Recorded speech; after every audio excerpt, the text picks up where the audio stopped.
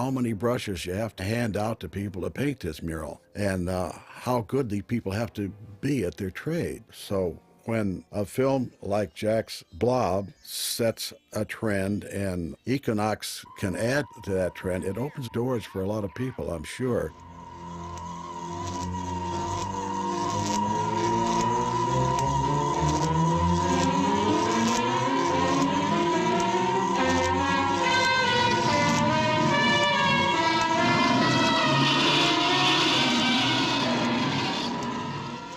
I didn't realize how difficult it was until I got in the lab and saw what he had to do with the negative, you know. And I found things like 4 frame pieces, Special effects. you know. After Equinox, I had some things with John Cassavetes, and that kind of loose operation that John had was something that always appealed to me. So I would work with John, even though he might drive me crazy in his post-production approach. But I thought he got things on camera that nobody else got, and that taught me quite a bit about letting things develop, letting it become more organic. I would like to have been able to do that in Equinox, but you have to have actors who'll keep going with a scene to do that. And you also have to have the time and the budget. So the association with John was fun in that it was a different kind of thing. It was very different than the studio atmosphere. When I first went to work for John, it was as a picture editor.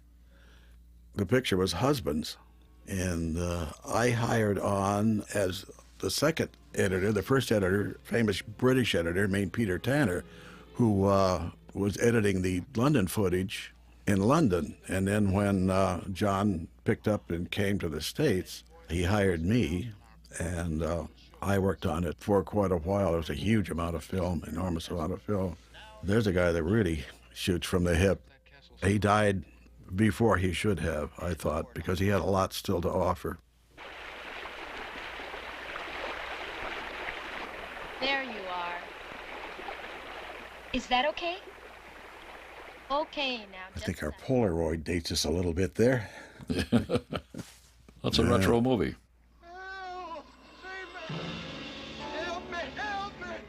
This was Dennis's grandfather. That's great, you know.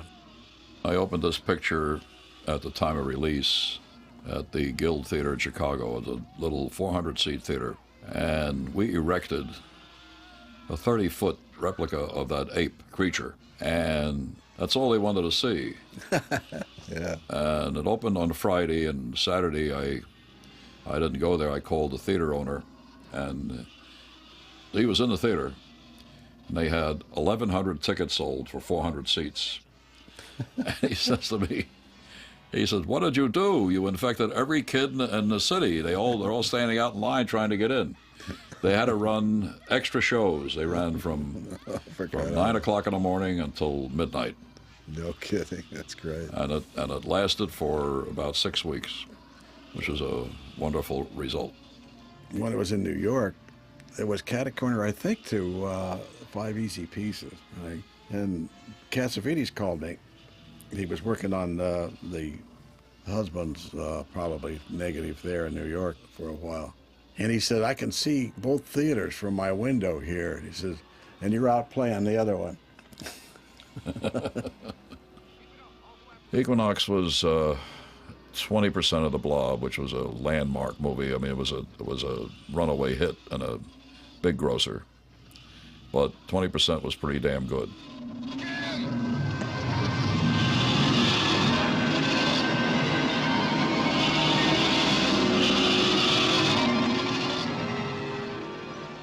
This was a nice setup to be found. I had wished I had access to that aperture there, or however you worked that shot, but I didn't have it. That location had been wiped out by a flood. Mm-hmm. And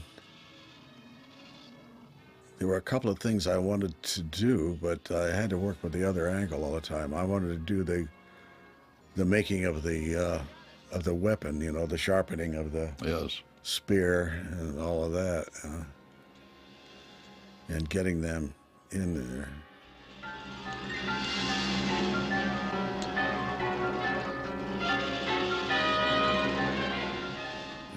With that aperture, he did in miniature.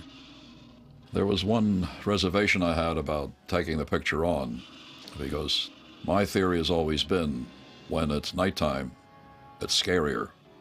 And this was shot completely in the sun. Mm-hmm. And still, the suspense and the terror does get across. Sometimes terror in more standard-looking situations. Right. Something in a restaurant full of people who don't know anything is happening, everything looks completely normal, but somebody has a weapon underneath the table at the other person, or there's a menace in a natural surrounding, makes it even scarier sometimes.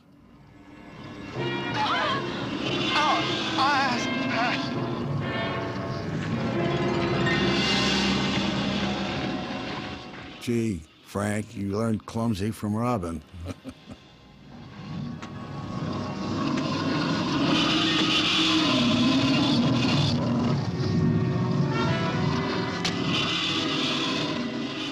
The music cues were pulled from existing music for which a license was purchased through the good offices of John Caper and his Triton Entertainment, because he was friends with the various composers in the area who were willing to sell license right away. This allowed several things. It allowed direct access to music over a scene for test purposes, rather than writing it, going to a scoring stage, knocking it down, sticking it in, and then saying, I hate that cue, which has happened a lot of times to me. We knew we had what we wanted when we went to the dubbing stage. There was nothing in there that we didn't want.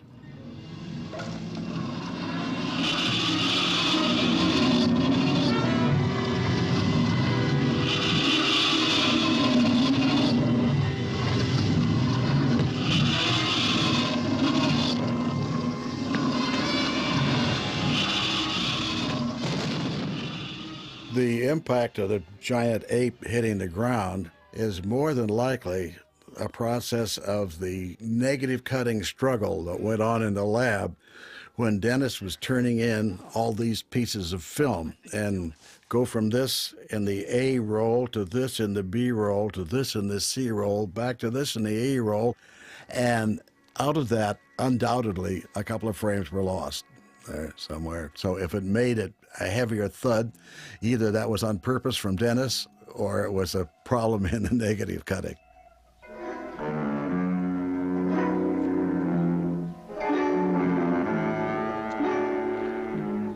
God, whose nightmare is that thing? The original title of this picture was The Equinox, A Journey into the Supernatural. Did you notice? My showbiz training has taught me, be brief as long as you're right to the bullseye. And I think Equinox says it all. I don't think you need The and A Journey into the Supernatural. Do we have a line on a poster that says in supernatural color by Deluxe or something? Oh, okay. So we covered it. There's supernatural in there, but my feeling, the reason for simplifying the title from The Equinox, A Journey into the Supernatural, is that it's purple prose. It's over the top, really not needed. Equinox carries mystery in itself, and marquees are tricky things. When you tie the ad with the marquee easily in people's minds, you're not trying to sell them something they aren't ready to buy. Oh, darn.